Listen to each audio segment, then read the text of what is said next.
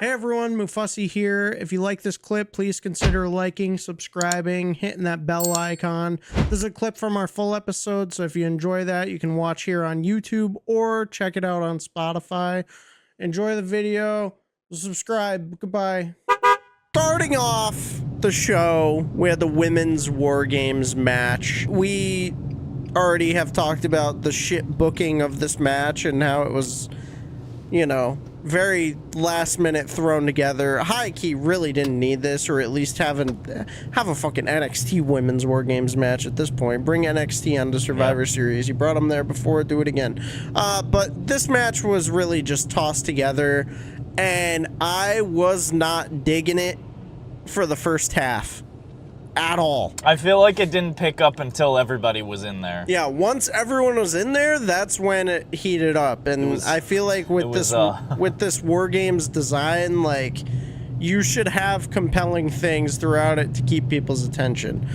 We did not get that until pretty much, you know, closer to the ending bit, but it was a whole lot of nothing. A whole lot of nothing. The end. Yeah, Nia looked real sloppy in this. Some of potentially the worst chair shots I've ever seen in my life. Nia, Naomi as well. Yeah, Naomi too. I mean, I feel like everyone all around. The only one who I can really say looked good was Io Sky, but that's only because she's known for like one thing in WarGames matches, and that's doing the big moonsault. I got Bailey looked okay too. And then we did get, you know, the cash-in portion of it where Tiffany almost cashed in. I thought that was a good angle, because this whole setup and the WarGames match kind of made you forget that she had Money in the Bank, you know? Right. Well, the thing is too, she didn't come out with it. She didn't come out with it. It was hidden in a trash can. So she brings the trash can into the ring later on. She's digging through it. There's some rope and stuff in there, some like weapons. She takes out the Money in the Bank when both Nia and Liv are on the ground, and she's like teasing the cash in, ready to go. She takes 20 years, as all people with Money in the Bank do.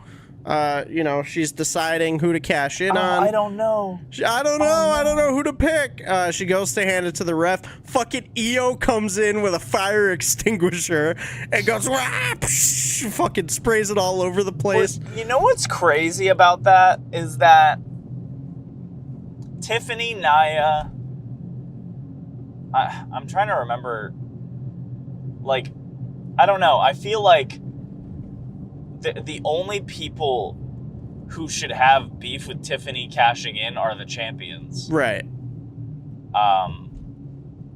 Like, because, like, at the end of the day, if you're Bailey or Io Sky, you could be like, oh, we need an easier target. And Tiffany would be that easier target if she became champion. Yeah. So, like, let her cash in, and then I don't know. Maybe it's flawed logic, but I feel like it was a good opportunity, and it would have been an interesting thing to have a match like within a match. Yeah, even Michael Cole was saying, he was like, what would happen if she cashes in right now? He like commentary, both of them, they were like, I don't even know how the ruling would proceed, you know?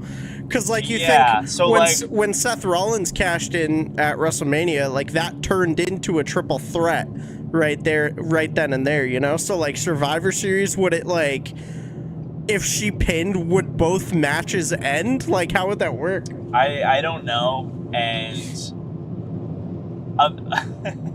I just, in my head, I keep thinking, okay, 2 matches in one.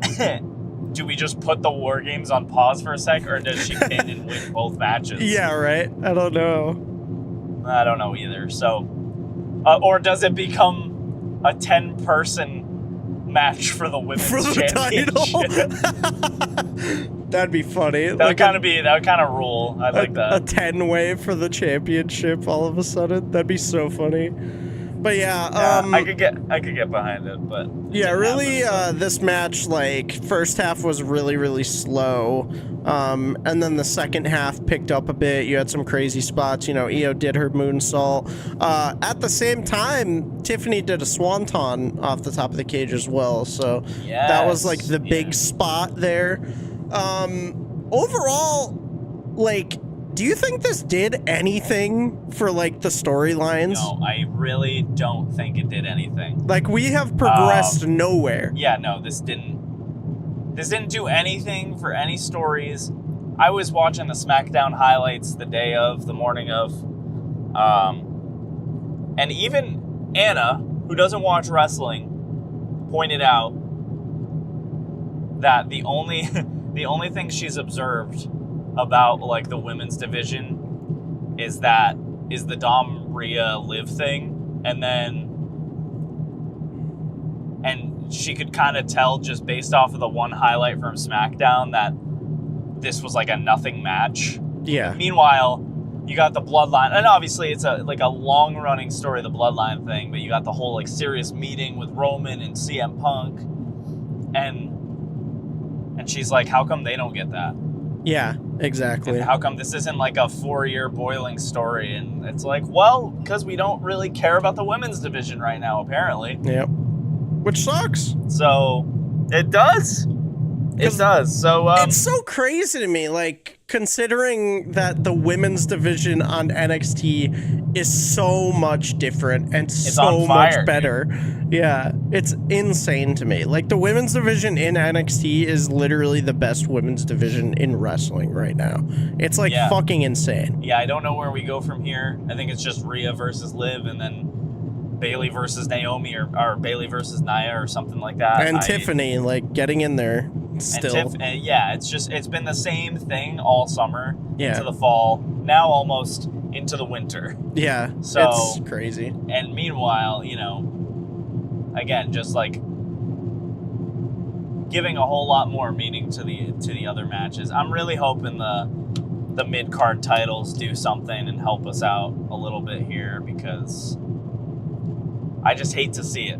Yeah. Because women, we know how good women's wrestling can be. Yeah. We're by no means regressing, I don't think, because I don't think we'll ever re-enter any sort of, like, Divas era again. No, I don't think so at all. I think we're far past that. Well, I think the introduction of these two titles, you know, it is even further.